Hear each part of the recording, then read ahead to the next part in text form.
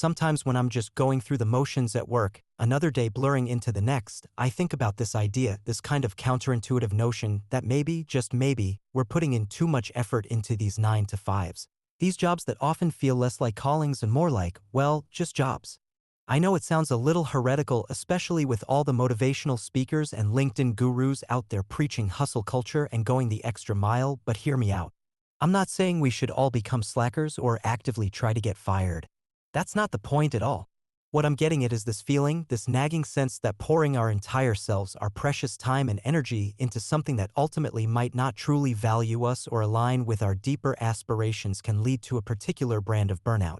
A disillusionment that seeps into other aspects of our lives. Think about it. We spend the majority of our waking hours at work. We stress over deadlines, worry about performance reviews, and often sacrifice personal time to meet the demands of our jobs. And for what? A paycheck, sure, and maybe some sense of accomplishment sometimes, but often it feels like we're trading our limited time on this planet for a fleeting sense of security or the approval of people we might not even particularly like. It's a transaction, and like any transaction, we should probably consider the return on our investment. Are we really getting our money's worth in terms of fulfillment, growth, and overall well-being when we consistently give 110% to a job that could replace us next week without a second thought? I've seen it happen. People I know, colleagues who poured their hearts and souls into their work only to be laid off during a restructuring or passed over for a promotion they deserved. It leaves a mark, a sense of betrayal almost. It makes you question all those late nights and extra effort. It makes you wonder if you should have invested that energy elsewhere, in your own projects, your relationships, your personal growth. The sting of that realization that your unwavering loyalty was, in the end, just a line item on a budget spreadsheet can be a harsh teacher. It makes you reevaluate every single extra hour you stayed, every weekend you worked, every social event you skipped. Was it really worth it? For a company that, when push came to shove, didn't hesitate to cut you loose? That's a bitter pill to swallow, and it's one I've seen too many good people choke on. Now, I'm not advocating for mediocrity. I believe in doing good work, taking pride in what you do. But there's a difference between doing good work and sacrificing your entire life force at the altar of your career, especially if that career doesn't truly resonate with you. What if instead of striving for that unattainable ideal of the perfect employee, we aimed for something more sustainable, something that allowed us to have energy left over for the things that actually matter to us? Something that allowed us to pursue that nagging creative itch or spend more time with family, or simply just be without the constant pressure of performance. Maybe it's about finding that sweet spot, that balance where we're competent and reliable at our jobs, but we're not giving so much that we're left feeling drained and resentful. Maybe it's about recognizing that our jobs are a part of our lives, not our entire lives. There's a whole world out there, experiences to be had, passions to pursue, relationships to nurture that often get pushed to the back burner when we're constantly chasing that next promotion or trying to impress our boss. We get so caught up in the professional rat race that we forget to live, to truly experience the richness of existence outside of a cubicle or a video conference call. It's like we're collecting achievements and accolades, but our souls are slowly starving. And let's be honest, how much of that extra effort is truly appreciated anyway? Often it feels like it just becomes the new normal, the expectation. You go above and beyond once, and suddenly that's what's expected of you all the time. It's a slippery slope that can lead to feeling taken advantage of and even more disillusioned. The bar gets raised, but your compensation or your recognition often doesn't. You find yourself doing the work of 2 or 3 people simply because you're capable, simply because you're willing. And for what? So that someone else can look good, so that the company's bottom line improves while your own well-being slowly deteriorates. It's a system that thrives on overexertion, and we, the employees, are often the ones who pay the price. Perhaps the key is to redefine what success looks like for ourselves. Maybe it's not about climbing the corporate ladder at breakneck speed or achieving some arbitrary milestone in our careers.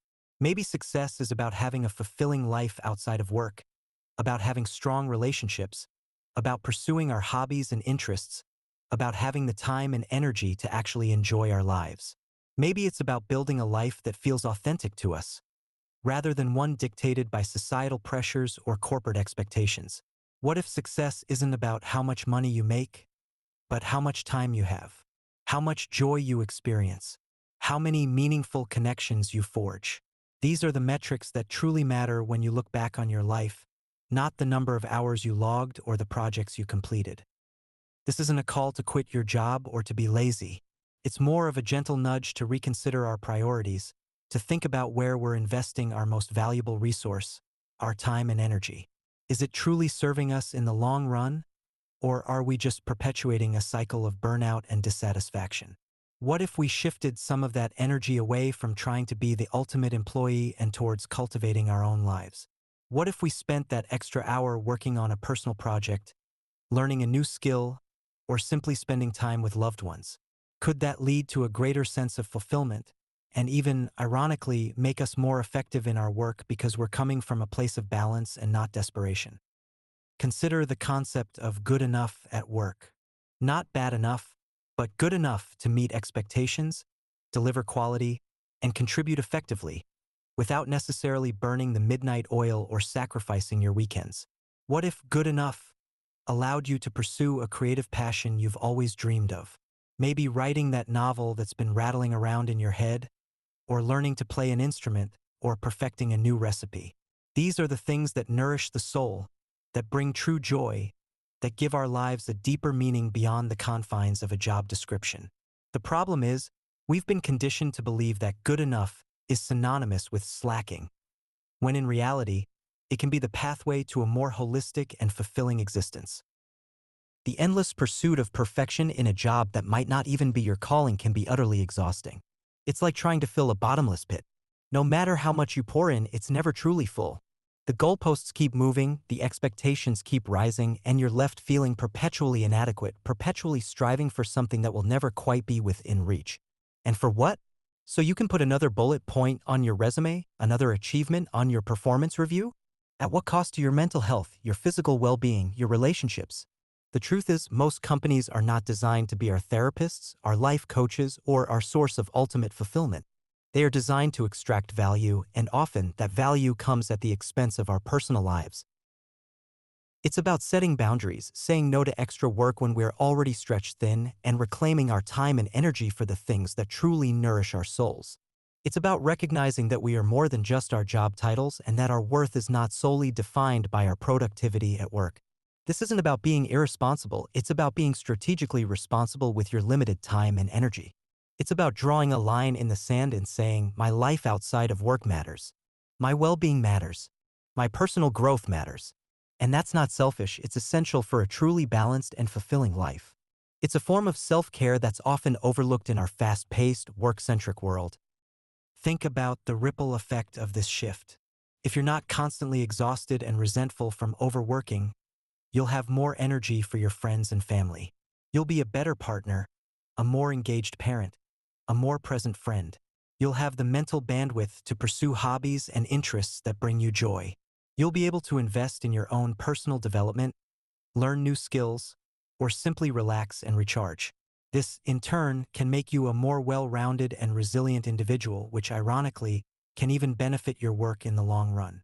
A refreshed, engaged mind is often a more creative and productive mind, even if it's not working round the clock.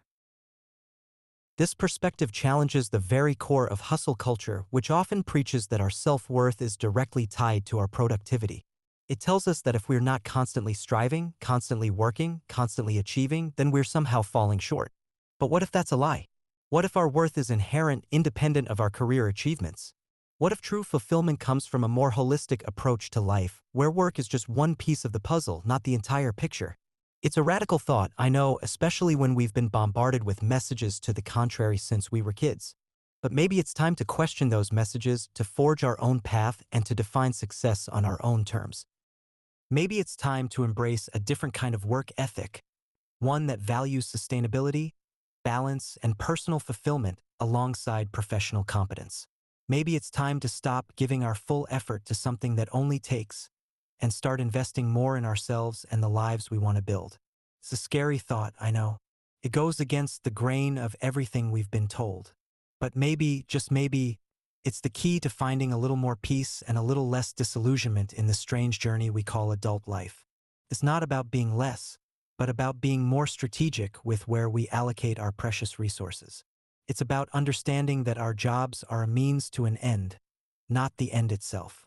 And by recognizing that, we can reclaim a significant part of our lives, allowing us to pursue genuine happiness and meaning outside of the office walls. Consider the time you gain. That hour you used to spend agonizing over an email response that could have waited until morning, or the extra 30 minutes you stayed to finish a task that wasn't truly urgent. Imagine taking that time back. What could you do with it? Perhaps start that online course you've been eyeing, read a book that's been gathering dust, or simply go for a walk and clear your head. These small pockets of reclaimed time, when added up, can transform your weeks, your months, your years. They become opportunities for growth, for relaxation, for simply being present in your own life rather than constantly chasing deadlines and deliverables. It's about shifting from a scarcity mindset of time to one where you are the master of your own schedule, at least to some extent. And what about the mental space you free up? The constant anxiety of always having to be on, always having to go the extra mile, can be incredibly draining. It creates a mental fog that makes it hard to focus on anything else. By intentionally choosing not to give 110% all the time, you create room for clarity, for creativity, for true rest. You allow your mind to wander, to explore, to simply exist without the relentless pressure of performance. This mental liberation can be incredibly empowering, allowing you to approach challenges with a fresh perspective and a renewed sense of purpose. It's like decluttering your mind, making space for what truly matters to you. The societal expectation that we must constantly strive, constantly achieve, constantly be productive is a relatively new phenomenon in human history. For most of our existence, work was simply a means of survival, not the central pillar of our identity. And yet, here we are, often defining ourselves by our careers, our job titles, our salaries.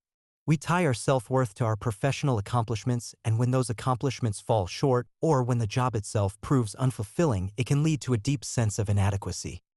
This isn't about laziness. It's about self-preservation. It's about recognizing the finite nature of our energy and our time on this planet. We have a limited number of sunrises, a limited number of moments. Do we want to spend the majority of them stressed, overworked, and feeling unappreciated, all for the sake of a corporation that views us as expendable?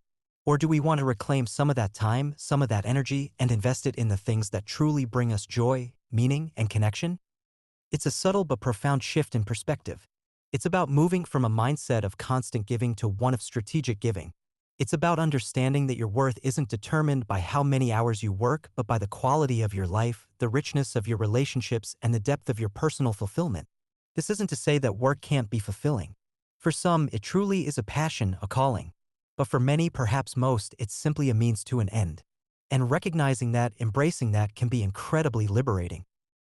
So, the next time you're tempted to stay late, to take on that extra project, to check emails on your day off, just pause.